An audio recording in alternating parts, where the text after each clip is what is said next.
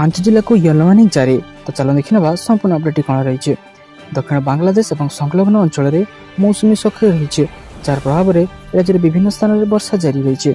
राज्य में सक्रिय रही लघुचाप प्रभाव में राज्य में विभिन्न स्थान में वर्षा जारी रही। विशेषकर पश्चिम और केन्द्रीय ओडिशा और उत्तर ओडिशार विभिन्न जिले में प्रबल वर्षा लगी रही। यह सहित आज 5 जिले में प्रबल वर्षा होवर आशंका रही। एने भुवनेश्वर आंचलिक पाणीपाग केन्द्र पक्षर सूचना दी जाए। आज प्रबल वर्षा 5 जिला तथा केन्दुझर, सुंदरगढ़, देवगढ़, झारसुगुड़ा और संबलपुर येलो वार्निंग जारी कर। आज उत्तर ओडिशा गोटे दुईटी स्थान में प्रबल वर्षा होवर संभावना रही। यापर कमिब वर्षार परिमाण अधिकांश स्थान में हालुकार मध्यम धरण वर्षा हो पारे। 22 तारिख पुणी वर्षार परिमाण बढ़ियो बोली सूचना रही। तो चलो देखिए परवर्ती अपडेट कौन रही। आलू पर चिंता बढ़ाऊँगी पियाज। आलू 40 को पियाज 50 टंका छुई गलानी। तो चलो देखना संपूर्ण अपडेट कौन रही। हु हु हो बढ़ुची पियाज दर। पियाज किलो प्रति 50 रु 55 टंका बिक्री होता बेले चिंतार खाउटे। दर वृद्धि उपर लागुना लगाम। आलू कंदाइला एवं आसला पियाज पाड़ी। आलू दर किलो प्रति 40 रु कम ना बेले पियाज किलो प्रति 50 टंका लोक को बाधिगला। राज्यर विभिन्न स्थान में पियाज दर 50 टंका हो गलानी। भुवनेश्वर 1 नंबर हाट में पियाज किलो प्रति 50 टंका बिक्री होता बेले खुचरा दोकानी 52 टंका 55 टंका मध्य बिक्री कर। साधारण खाउटी को चिंतार पकड़ानी। यार दर हाट में छोट छोट दोकान में पियाज किलो पिछा 50 रु 55 टंका बिक्री होता बेले गोदाम रे पियाज किलो मात्र 37 टंका रही। यही दर होउछि भुवनेश्वर आईगणिया गोदाम। भुवनेश्वर 1 नंबर हाट को यही गोदाम जाउछि पियाज। आईगणिया 1 नंबर हाटर दूरता मात्र 12 किलोमीटर होता बेले पियाज किलो पिछा 13 टंका अधिक नेउछन्ति खुचरा व्यवसायी माने। तो चलो देखिए परवर्ती अपडेट कौन रही। मंकी पॉक्स विपद पर भारत प्रस्तुत। हॉस्पिटल और विमान बंदर को करागला सतर्क। तो चलो देखना संपूर्ण अपडेट कौन रही। स्वास्थ्य मंत्रालय सूत्र मिलता सूचना अनुसार मंकी पॉक्स को विश्व जनस्वास्थ्य जरूरीकालीन घोषणा कर सरकार जरूरीकालीन वार्ड प्रस्तुति और विमान बंदर को सतर्क करने समेत सतर्कतामूलक पदक्षेप नहीं। मिलता सूचना अनुसार दाग थिबा रोगी को चिन्हट कर आइसोलेशन वार्ड प्रस्तुत करने को सरकार हॉस्पिटल गुड़ी को निर्देश देते। दिल्ली 3टी nodal hospital Safdarjung, lady Hardinge medical college और राम मनोहर लोहिया हॉस्पिटल को एथपाई चिन्हट कर। संदिग्ध रोगी आरटीपीसीआर और नाकर स्वाब टेस्ट करा आवश्यक सतर्कता अवलंबन करने को विमान बंदर गुड़ी सतर्क सूचना जारी कर। निकट में विश्व स्वास्थ्य संगठन 2 वर्ष मध्य द्वितीय थर पर मंकी बॉक्स को विश्व जनस्वास्थ्य जरूरीकालीन परिस्थिति भाव घोषणा कर।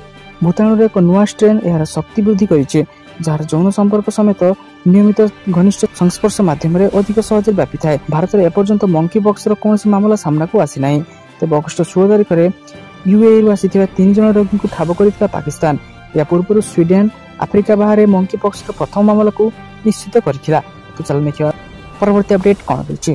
अगस्ट 21 में भारत बंद डाकरा पड़ो प्रभाव कहीं दि बंद डाकरा। तो चलो देखना संपूर्ण अपडेट कौन रही।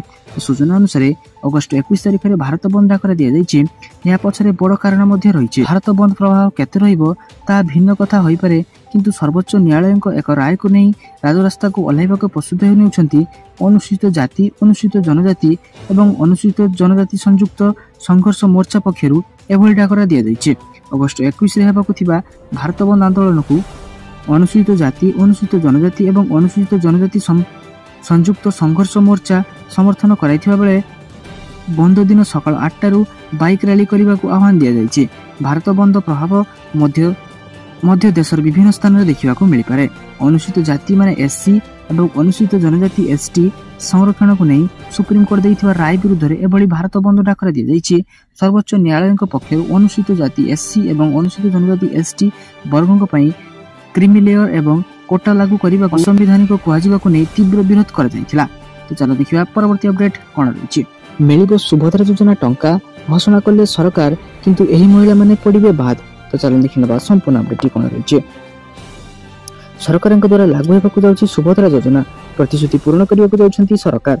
निर्वाचन प्रचार प्रसार समय बीजेपी तरफ घोषणा कर कि जदि से सरकार गठन करे तेबे से यह योजना लागू करेंगे। यह योजना अनुसार महिला मानक 50,000 टंकार भाउचर मिलवाक जाउछे। यह योजनार मूल लक्ष्य होउछि महिला मानक सशक्तिकरण करबा।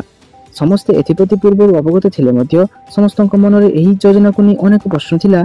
सेगुड़िक है केबेठारु यह कार्यकारी हेबो, केबे महिला माने यही भाउचर पाई परिबे, आवेदन प्रक्रिया किपरि रहिबो, एपरि अनेक किछि। किंतु वर्तमान समस्त संदेह दूर हो जाइछे, कारण उपमुख्यमंत्री प्रभाती परिडा यह योजना को नहीं एक बाद घोषणा करिसेंति। तांको कहबा अनुसार प्रधानमंत्री नरेंद्र मोदी तांको जन्मदिन ठारू ଏହି ଭାଉଚର ପ୍ରଦାନ କରିବେ ଅର୍ଥାତ୍ ସେପ୍ଟେମ୍ବର 16 ତାରିଖ ଠାରୁ। ତାଙ୍କ କହିବା ଅନୁସାରେ ସବୁଠାରୁ ଗୁରୁତ୍ୱପୂର୍ଣ୍ଣ ବିଷୟ ହେଉଛି କି ଗୋଟିଏ ପରିବାରରେ କେବଳ ଜଣେ ମହିଳା ହିଁ ଏହାର ଲାଭ ଉଠାଇ ପାରିବେ। ଯେଉଁ ପରିବାରରେ 1ରୁ ଅଧିକ ମହିଳା ଅଛନ୍ତି ସେମାନେ ଏହାର ଲାଭ ପାଇପାରିବେ ନାହିଁ। ତ ଚାଲନ୍ତୁ ଦେଖିବା ପରବର୍ତ୍ତୀ ଅପଡେଟ୍ କ'ଣ ରହିଛି। ରାସନ କାର୍ଡ କାଟିଯିବ ଆଉ ମିଳିବନି ଚାଉଳ, ଜଲ୍ଦି କରନ୍ତୁ ଏହି କାମ। ତ ଚାଲନ୍ତୁ ଦେଖିନେବା ସମ୍ପୂର୍ଣ୍ଣ ଅପଡେଟ୍ଟି କ'ଣ ରହୁଛି। ରାସନ କାର୍ଡ ଧାରକ ତୁରନ୍ତ ଇକେୱାଇସି କରାଇବାକୁ ପଡ଼ିବ। ରାସନ କାର୍ଡରେ ପଞ୍ଜୀକୃତ ସମସ୍ତ ସଦସ୍ୟଙ୍କ ପାଇଁ ଇକେୱାଇସି ବାଧ୍ୟତାମୂଳକ କରାଯାଇଛି, ଯାହାଫଳରେ ପ୍ରକୃତ ହିତାଧିକାରୀ କେଉଁମାନେ ଏବଂ କେଉଁମାନେ ସରକାରଙ୍କ ସୁବିଧା ପାଇବାକୁ ଯୋଗ୍ୟ ତାହା ଜଣାପଡ଼ିଯିବ।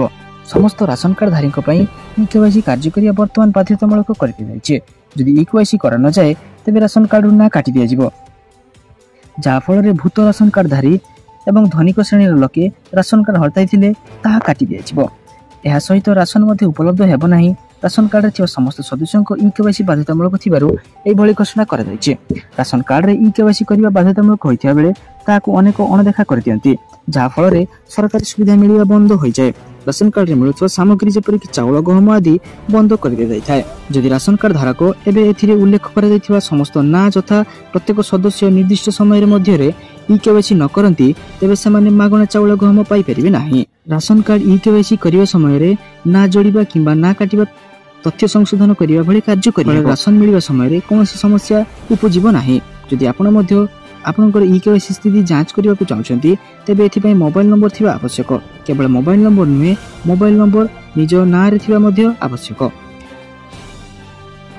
ତ ଯଦି ଆପଣମାନେ ଏପର୍ଯ୍ୟନ୍ତ ଇକେୱାଇସି କରିନାହାନ୍ତି ତ ତୁରନ୍ତ ନିକଟସ୍ଥ ଜନସେବା କେନ୍ଦ୍ରକୁ ଯାଇ ମଧ୍ୟ ଇକେୱାଇସି କରାଇ ନେଇପାରିବେ। ଚାଲନ୍ତୁ ଦେଖିବା ପରବର୍ତ୍ତୀ ଅପଡେଟ୍ କ'ଣ ରହିଛି। ବଢ଼ିବ ପ୍ରଧାନମନ୍ତ୍ରୀ ଆବାସ ଯୋଜନା ରାଶି, ହିତାଧିକାରୀ ପାଇବେ 1,80,000 ଟଙ୍କା। ତ ଚାଲନ୍ତୁ ଦେଖିନେବା ସମ୍ପୂର୍ଣ୍ଣ ଅପଡେଟ୍ଟି କ'ଣ ରହିଛି। ପ୍ରଧାନମନ୍ତ୍ରୀ ଆବାସ ଯୋଜନା ହିତାଧିକାରୀଙ୍କ ପାଇଁ ଆସିଛି ଖୁସି ଖବର। ଆଗକୁ ବଢ଼ିବାକୁ ଯାଉଛି ପ୍ରଧାନମନ୍ତ୍ରୀ ଆବାସ ଯୋଜନା ରାଶି, ମିଳିବ ଅଧିକ ଟଙ୍କା। ଏହା ପୂର୍ବରୁ 1,20,000 ହୋଇଥିବା ବେଳେ ଏବେ ହିତାଧିକାରୀ ପାଇବେ 1,80,000 ଟଙ୍କା। ଏ ସମ୍ପର୍କରେ ପଞ୍ଚାୟତରାଜ ଓ ଗ୍ରାମ୍ୟ ଉନ୍ନୟନ ମନ୍ତ୍ରୀ ସୂଚନା ଦେଇଛନ୍ତି। ଉଲ୍ଲେଖନୀୟ ଯେ କେନ୍ଦ୍ର ସରକାର ଦେଶର ପ୍ରତ୍ୟେକ ନାଗରିକଙ୍କୁ ନିଜସ୍ୱ ଘର ଦେବାକୁ ଚେଷ୍ଟା କରୁଛନ୍ତି। ଏହାକୁ ଦୃଷ୍ଟିରେ ରଖି ଦେଶର ସମସ୍ତ ଲୋକଙ୍କୁ ସୁଲଭ ଗୃହ ଯୋଗାଇ ଦେବା ପାଇଁ ପ୍ରଧାନମନ୍ତ୍ରୀ ଆବାସ ଯୋଜନା ଆରମ୍ଭ ହୋଇଥିଲା।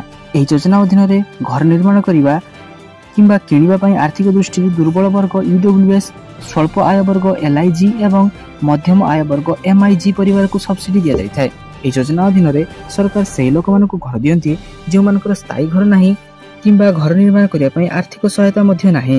ପ୍ରଧାନମନ୍ତ୍ରୀ ଆବାସ ଯୋଜନା ଅଧୀନରେ ଗତ 10 ବର୍ଷ ମଧ୍ୟରେ ଯୋଗ୍ୟ ଗରିବ ପରିବାର ପାଇଁ ମୋଟ 4.21 କୋଟି ଘର ନିର୍ମାଣ କରାଯାଇଛି। ତ ସାରାଦିନ ଏପରି ବଛା ବଛା ଏବଂ ଗୁରୁତ୍ୱପୂର୍ଣ୍ଣ ଖବର ଜାଣିବା ପାଇଁ ଆମ ଚ୍ୟାନେଲକୁ ସବସ୍କ୍ରାଇବ୍ କରି ରଖନ୍ତୁ ଏବଂ ଆମ ଭିଡ଼ିଓକୁ ଲାଇକ୍ କରିଦିଅନ୍ତୁ। ଧନ୍ୟବାଦ।